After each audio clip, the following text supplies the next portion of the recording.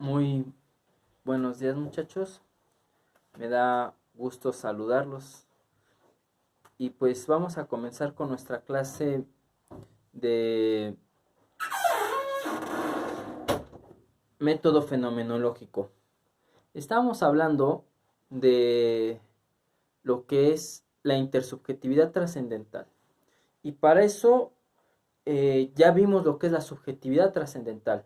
Ya vimos esta relación que hay entre la conciencia y el objeto.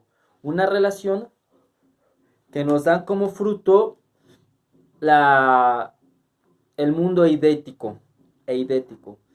Eh, y precisamente ustedes vieron en su lectura que Husserl nos invita a que el método fenomenológico sea un método descriptivo, pero no es una descripción superficial y frívola, sino es una descripción de las esencias, de las ideas. Eh, una vez que el hombre se reconoce en sí mismo, para sí mismo, en un mundo donde su conciencia, su ego, es el fundamento del mundo, no que crea el mundo, sino que le da sentido al mundo, pues pasa a reconocer que también hay otros seres que me influyen, que no dependen de mí, y que yo los reconozco como egos de su propio mundo. Esta interacción entre ellos y yo crea un mundo de valores, de bienes y que a su vez es práctico.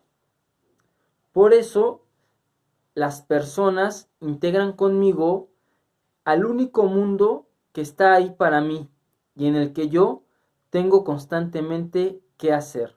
Es decir, que Husserl nos habla de dos actitudes, una teórico-naturalista, que es la que ya hemos estado viendo, el yo que tiene que pasar por esta reducción fenomenológica, reducción trascendental, por este apogeo, y hay otra actitud ante el mundo que es práctica personalista.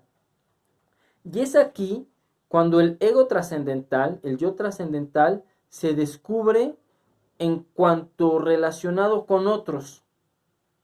Estos otros permiten que la conciencia entera sea una vida universal entera y que ésta a su vez nos lleve a una vida universal sintética. ¿Qué estoy diciendo?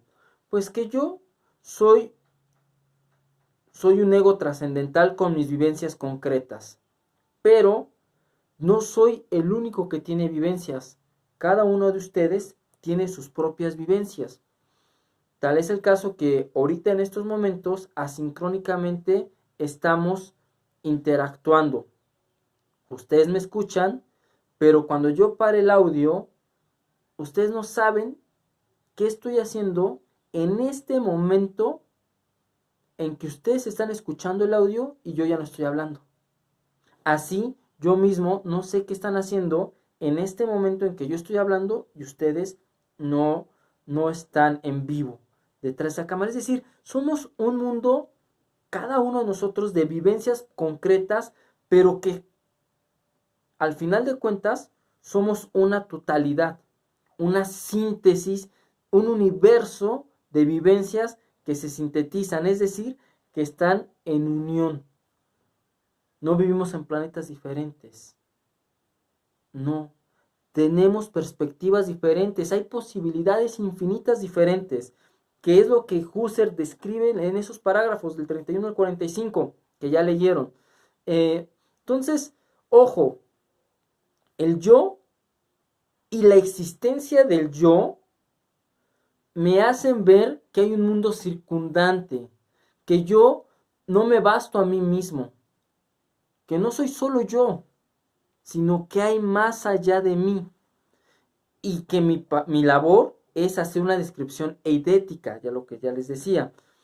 Entonces, lo primero que hay que decir entonces es que la reducción fenomenológica no excluye al prójimo ni tampoco se queda en el solipsismo, tampoco infravalora a los otros.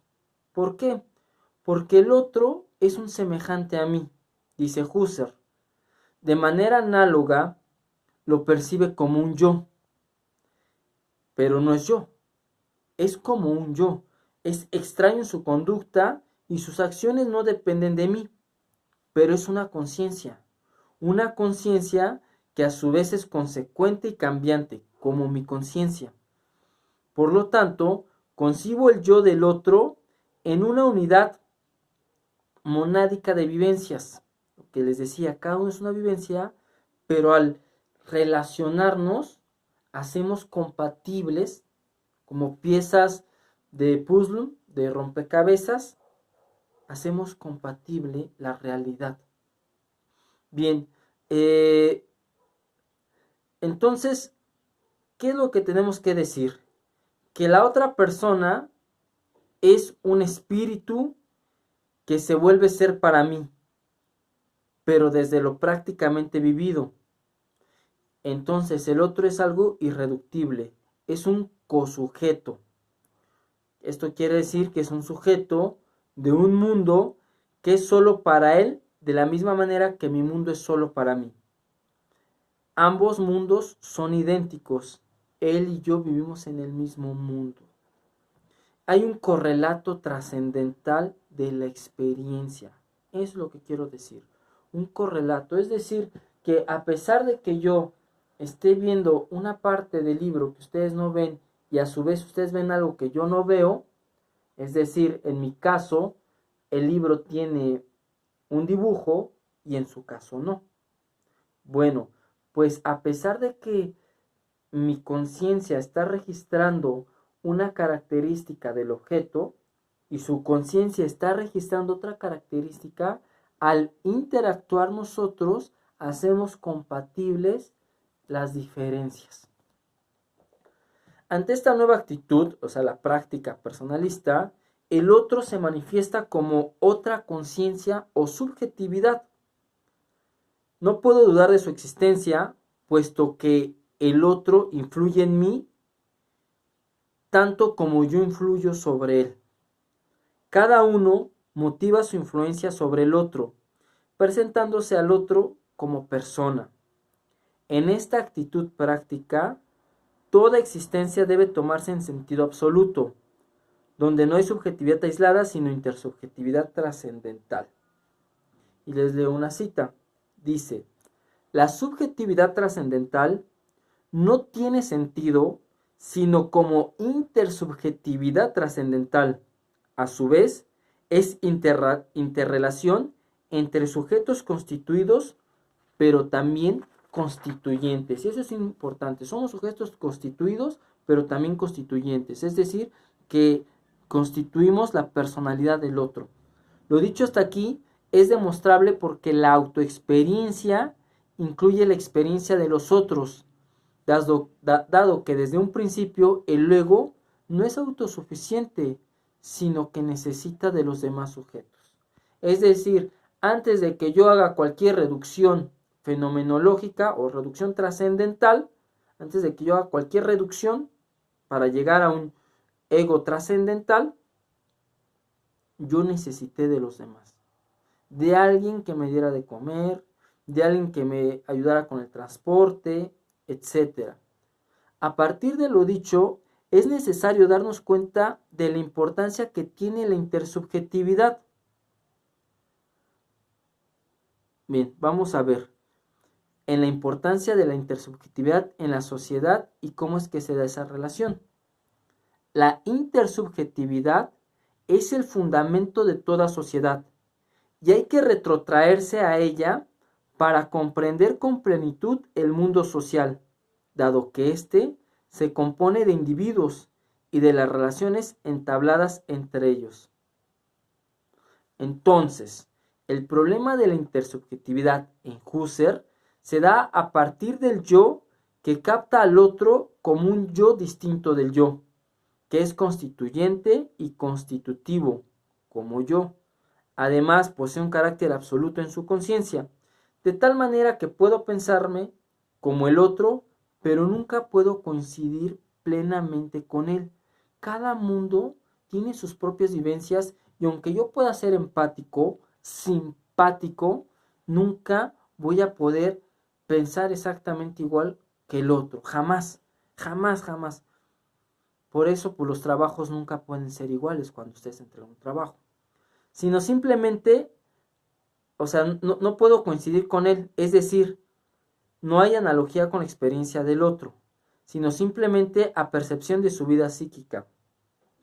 En otras palabras, cito, la intersubjetividad trascendental es, pues, aquella en la que se constituye el mundo real como objetivo, como existente para todo el mundo. Y entonces la intersubjetividad es el fundamento de la sociedad, es el fundamento de las tradiciones, el fundamento de las instituciones. Por eso es importante hacer también un análisis fenomenológico de la intersubjetividad. Tenemos grandes trabajos, por ejemplo, Emmanuel Levinas hace un análisis fenomenológico del otro, obviamente desde su peculiaridad de experiencia. Tenemos también a Javier Zubiri, a pesar de que critica a Husserl, también se nota cómo aplica la fenomenología en sus trabajos. Edith Stein también. Bueno, pues hasta aquí nuestra clase de la intersubjetividad. Cuídense mucho y gracias a la intersubjetividad nosotros podemos hablar de la cultura y de los temas sociales, políticos, morales. Gracias y que estén muy bien. Cuídense mucho.